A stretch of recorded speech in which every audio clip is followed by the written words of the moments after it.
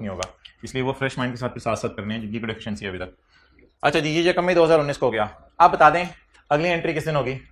31 दिसंबर 19 को। हमारे पास 2000 का साल की शुरू वाली पड़ी होंगी और 750 नई वाली होंगी, तो उन सबको इकट्ठा करके हमने किस पे लेके जाना है? फेयर वैल्यू पे। क्लियर? अब मैं वर्किंग टू लिखने लगा, लेकिन इसकी हेडिंग बताएं क्या दूंगा? ईयर एंड गेन या लॉस।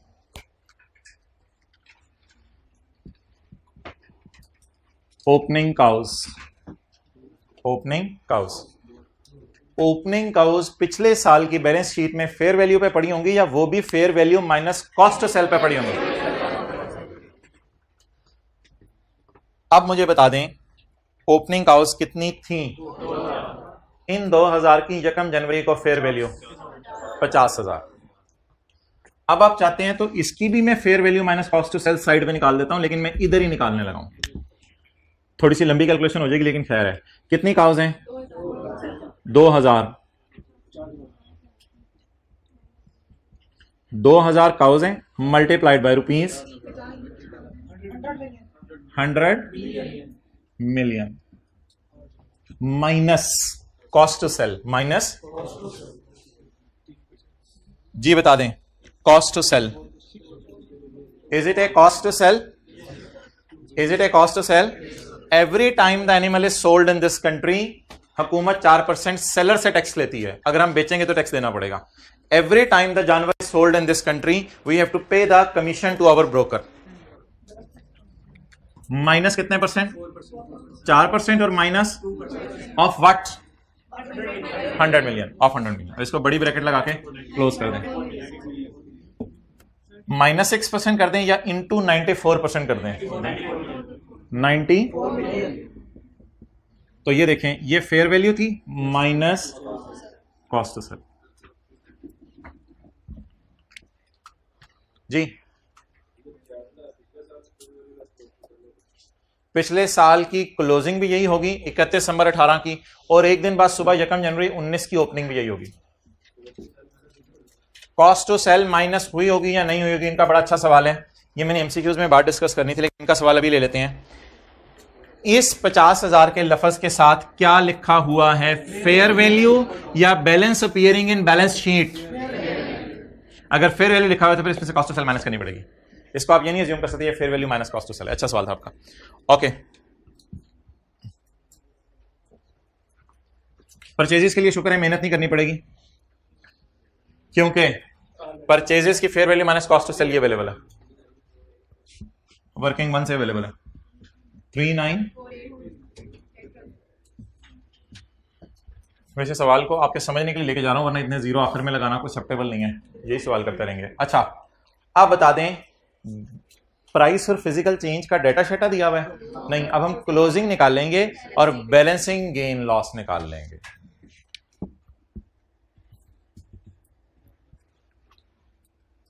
क्लोजिंग में भी बिल्कुल इसी तरह की कैलकुलेशन।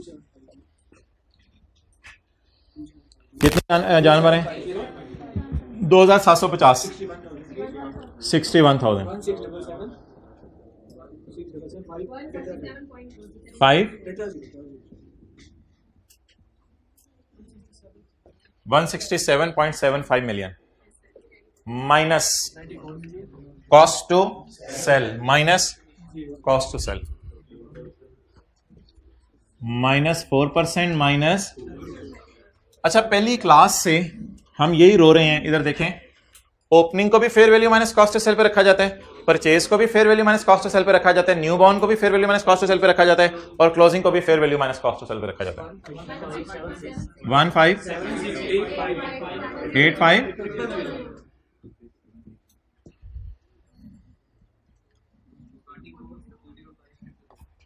24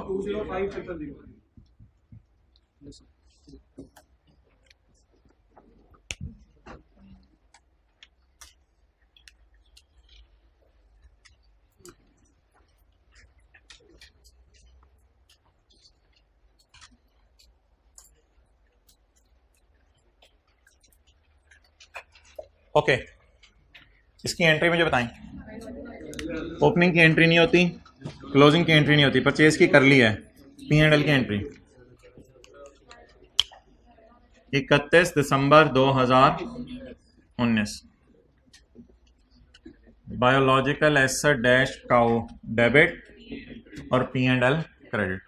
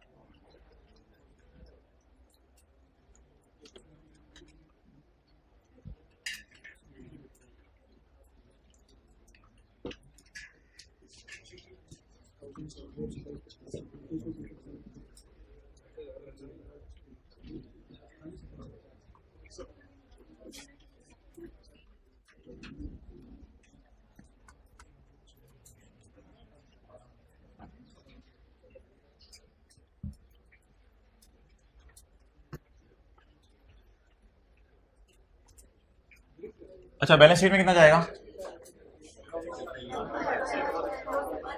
ये बैलेंस शीट में जाएगा। ओके, और प्रॉफिट एंड लॉस में क्या जाएगा? प्रॉफिट एंड लॉस में क्या जाएगा? बोलें बोलें बोलें। एक लॉस जाएगा, इसका नाम बताएं। लॉस ऑन इनिशियल रिकॉग्निशन और gain at year end. Gain at, इसमें प्राइस और फिजिकल दोनों शामिल है। सुने क्यों? बस ये 50,000 वाली 61 की होगी ना। अब 50,000 वाली 61 की किस वजह से हुई? महंगी भी हो गई होंगी और 1 साल उम्र भी बढ़ गई होगी, इस वजह से ये गई। ओके,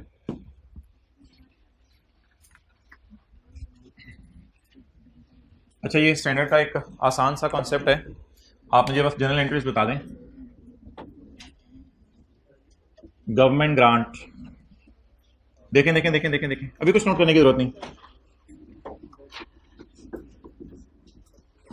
अनकंडीशनल गवर्नमेंट ग्रांट, आपने मुझे एंट्री बतानी है। इधर ऊपर देखें, हुकूमत ने कहा भाईजान आप ऐसा करें कि आप ना हमारी तरफ से 10 लाख रुपए रखें और कोई भी काम शुरू कर दें, मवेशी खरीद लें, दरख्त लगा लें, जो मर्जी करें यार, कोई एग्रीकल्चर पाकिस्तान में शुरू करें। किसी बंदे को जाके हुकूमत ने तोहफे में 10 लाख दे दिए, कोई कंडीशन लगाई है या अनकंडीशनल? अनकंडीशनल, जो मर्जी एक्टिविटी करें एग्रीकल्चर, आपकी मर्जी है। क्या एंट्री होगी? Cash debit, income credit. और अगर हुकूमत ने देने का वादा कर लिया तो हुकूमत वादे से फिरेगी तो नहीं, तो फिर कैश डेबिट की जगह क्या डेबिट कर दें? रिसीवेबल। अगर हुकूमत ने दे दिया पैसे तो कैश डेबिट इनकम क्रेडिट, लेकिन अगर दिए नहीं, देने का वादा कर लिया तो रिसीवेबल डेबिट इनकम। अनकंडीशनल है, इसलिए कोई कंडीशन नहीं है इस ग्रांट में, फौरन इनकम में लेके जा रहे हैं। लेकिन क्या हुकूमत ग्रांट देते हुए कोई कंडीशन लगा सकती है? कंडीशनल ग्रांट, आप 5 साल तक मकई की फसल काश्त करो, ये लो पैसे। अब मिसाल के तौर पे हमें पैसे मिले साल के शुरू में, तो हम एंट्री करेंगे कैश डेबिट। हुकूमत ने पैसे दिए 5 लाख, मकई काश्त करो अगले 5 साल तक, मकई काश्त करो अगले 5 साल तक। Cash debit, deferred income credit या लाइबिलिटी टू क्या कहते हैं, लाइबिलिटी टू लगा मकई, लाइबिलिटी टू लगा मकई क्रेडिट। हम अपने कंधों पे बोझ महसूस करेंगे ना, इसे फौरन इनकम में क्यों नहीं लेके जा सकते? क्योंकि हुकूमत वापस मांग लेगी अगर हमने शर्त पूरी ना की। Cash debit, liability credit. अच्छा, पहले साल के एंड पे, ये समझ लें 1 जनवरी 2001 है, पहले साल के एंड पे मैंने मकई काश्त कर दी। मैं अच्छा बच्चा था या अच्छा बचा था? अच्छा बच्चा था। तो अच्छा बच्चा होने की वजह से मैंने मकई काश्त कर दी। अब जरा एंट्री बताएं, लाइबिलिटी डेबिट। हुकूमत ने कहा 5 साल तक मकई काश्त करनी है, 1 साल मैंने कर दी है। लायबिलिटी डेबिट इनकम कितने से? 1 लाख से। क्लियर? नोट करने की कुछ जरूरत नहीं है। ये देखें पेज नंबर कौन से? 492। यार उदास ना हो, स्टैंडर्ड अब खत्म हो रहा है, क्या करें? आप उदास हो रहे हैं। Page number 492। अब इसकी थ्योरी कल पढ़ेंगे, सिर्फ एंट्री पढ़ लें। अब अनकंडीशनल का क्या मतलब है? कोई शर्त, हम अच्छे बच्चे हैं, शर्त नहीं लगाते, कोई शर्त नहीं है। पेज 492, कुछ नोट करने की जरूरत नहीं, सब हुआ हुआ है। हुए हुए को क्या नोट करना? अच्छा, कैश डेबिट या रिसीवेबल डेबिट और इनकम क्रेडिट। और कंडीशनल ग्रांट में क्या करें? पहले कैश डेबिट, लायाबिली क्रेडिट, फिर लायाबिली डेबिट और income may be recorded on yearly basis, may be immediately on meeting condition. इसकी बात मैं कल कर लूंगा, may be immediately on meeting condition. ये एग्जांपल हमने कर ली है। 1 जनवरी 19 को शहबाज शरीफ या इमरान खान की हुकूमत ने हमें 5 लाख रुपया दिया। गवर्नमेंट ने कहा कि you are suppose to grow wheat for 5 years। At the end of first year Bilawal ने वीट ग्रो कर ली एज रिक्वायर्ड। पहली entry cash debit, liability credit, और दूसरी entry liability debit, income credit. चलें जी, 5 मिनट है, आपका टेस्ट है। पास पेपर का ट्रू फॉल्स कर दें जल्दी से। क्वेश्चन नंबर 2 जो आया हुआ है, 5 मिनट है आपके पास, ट्रू फॉल्स जल्दी। पैसे कितने यार? पैसों पे तो ना रहो ना, माँ बाप के। पास पेपर क्वेश्चन 2 खत्म कर दें यार। अच्छा, एक काम जरूर कीजिएगा, समझ ना आ रहा हो ना तो तुक्का जरूर मार के जाइएगा। पेपर में एमसीक्यूज में तुक्के जरूर मारने हैं अगर समझ ना आ रहा हो। भाईजान सोल्यूशन नहीं खोलना यार, मजा नहीं आएगा। जल्दी कर दें इसको, 2 से 3 मिनट लें, जल्दी खत्म करें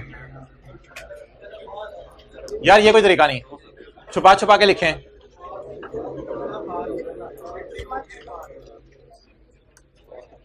इसी पे कर लें, सारे ट्रू लिखें, कोई तो सही होगा।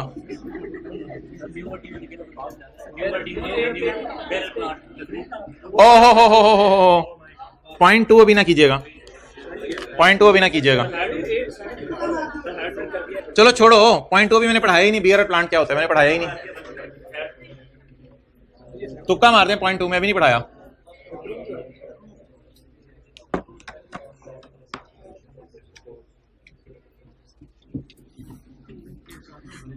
कसम से 7 वाले की हकीकत खुलने लगी आप पे। ये 8 एमसीक्यूज है, दूसरा मैंने कटवा दिया है, 7 में से आपने से नंबर देने हैं।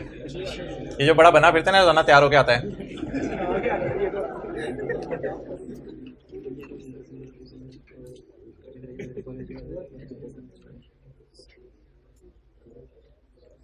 अच्छा, जब मैं करा रहा हूँ आपने ऐसे नहीं करना। ओ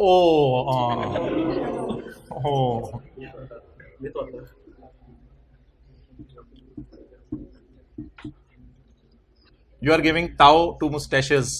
You are not solving it. Why is it so? You have solved? कर ली है, ज़बानी कर ली है। मैं चाह रहा हूँ साथ वाले को भी पता चले ना कि माशाल्लाह आप में कितनी जान है। पहले ही जानता है, AFC से साथ है। भाईजान, both fish farming and ocean fishing are agricultural.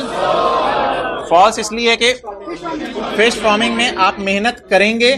भाईजान सबको समझ नहीं आती ना, इसलिए आप थोड़ा सा सब्र करें।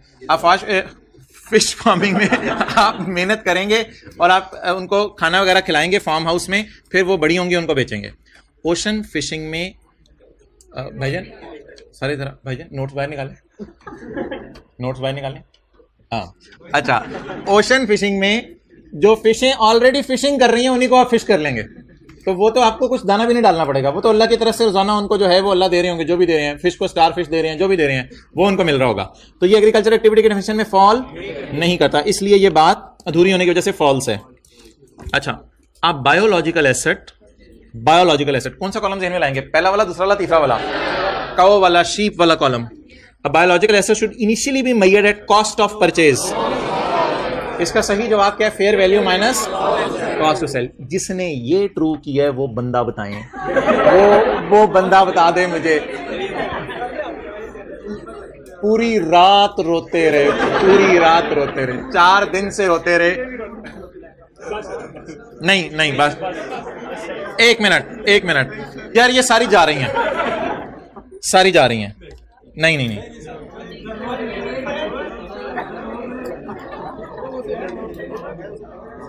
यार जा, हमें कुछ समझ नहीं आएगा। यानी पूरी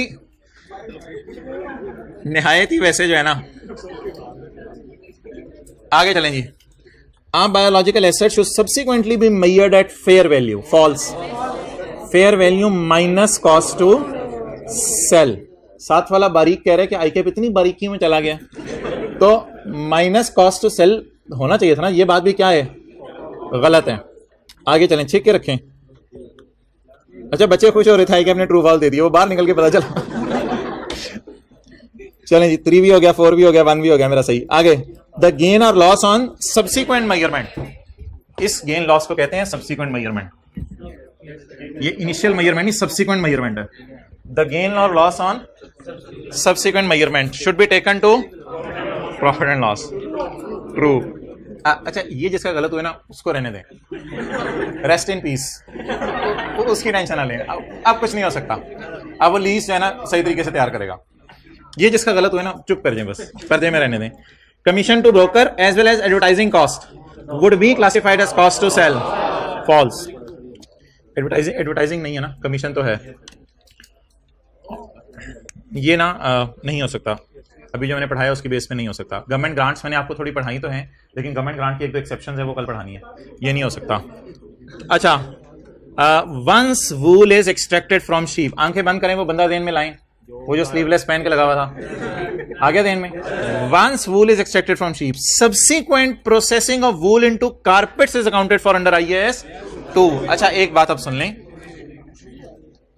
एक बात इधर सुन लें। ना सिर्फ बायोलॉजिकल एसेट पे क्या लगता है, IAS 41, इसे क्या कहते हैं, बायोलॉजिकल एसेट, इस पे IAS 41 लगता है। Milk eight point of harvest पे IAS 41, और जैसे ही ये दूध का डब्बा साइड पे रख देगा, ये चौंकी नजर आ रही है भाई का लेवल। अच्छा, जैसे ही ये दूध का डब्बा साइड पे रख देगा IAS 2 लगेगा। ये जो सवाल आखिरी वाला है वो ये है, ये जो आखिरी वाला सवाल है वो ये 7 वाला है। ये तो बता दें, इस मिल्क से जो आगे मिल्के बन रहे हैं सारे, ये फलूदे बन रहे हैं, इनका क्या करना है। ऑब्वियसली इन पे भी IAS 2 लगेगा, क्योंकि आपने इनको जो 2-3 मिनट रह गए हैं वो चलें, ठीक है। तो ये ट्रू है ना। अब 6/6 वाले हाथ खड़ा करते हैं, जरा ये तसल्ली हो जाएगी। 6/6 वाले, एक्सेलेंट, ठीक है, जाएं।